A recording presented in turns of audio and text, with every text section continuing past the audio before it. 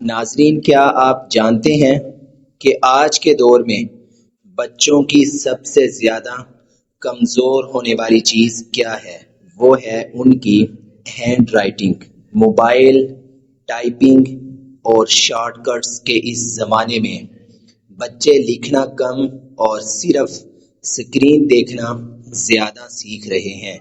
نتیجہ یہ ہے کہ نہ لکھائی خوبصورت رہی، نہ لکھنے کا صبر رہا۔ حالانکہ خوش خطی صرف خوبصورت لکھنے کا نام نہیں ہے، یہ انسان کے مزاج، صفائی، ترتیب اور توجہ کی پہچان بھی ہوتی ہے۔ ایک اچھا لکھنے والا شخص نفیس انسان کے طور پر دنیا کے سامنے آتا ہے۔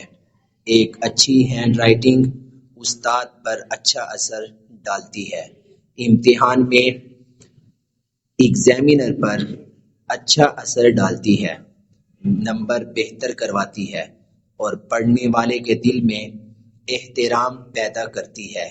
ایگزامینر ایک اچھا لکھنے والے بچے کے پیپر کو پڑھ کر خوش ہوتا ہے اور اسے پیپر چیکنگ کے دوران مشکل پیش نہیں آتی، ورنہ بہت زیادہ خراب لکھنے والے بچے ان کی ہینڈ رائٹنگ سمجھ ہی نہیں آتی تو ایگزامینر کے مائنڈ پر ایک عجیب قسم کا بوجھ محسوس ہوتا ہے اور اس کا زیادہ نمبر دینے کو اچھا لکھنے کے باوجود دل نہیں کرتا۔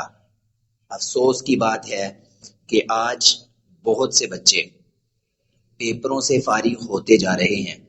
انہیں لگتا ہے کہ صرف کمپیوٹر پر ٹائپنگ کافی ہے، لیکن یاد رکھنا چاہیے کہ قلم کی اپنی ایک عزت ہوتی ہے، خوبصورت لکھائی کی اپنی ایک پہچان ہوتی ہے۔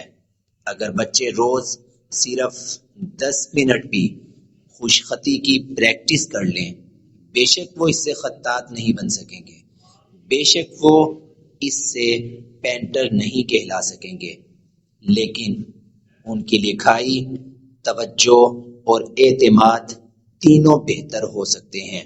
جب تک ہینڈ رائٹنگ صحیح نہیں ہوگی، جب تک خوش خطی صحیح نہیں ہوگی، بچہ سب کچھ یاد کرنے کے باوجود، پیپر لکھنے کے باوجود مطمئن نہیں ہو سکے گا۔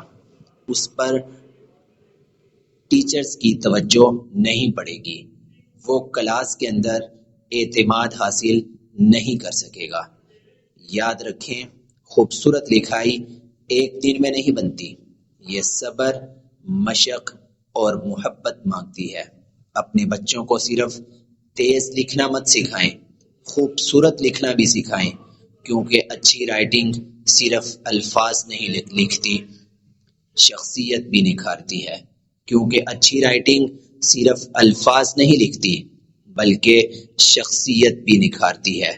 قلم سے جڑنے والے بچے ہمیشہ علم سے جڑے رہتے ہیں، قلم سے جڑنے والے بچے ہمیشہ لکھنے سے جڑے رہتے ہیں، اور جو لکھنے سے جڑے رہیں وہ ہمیشہ پڑھتے رہتے ہیں۔ دنیا میں ہمیشہ پڑھتے رہنا اور لکھتے رہنا، یہی کامیابی ہے۔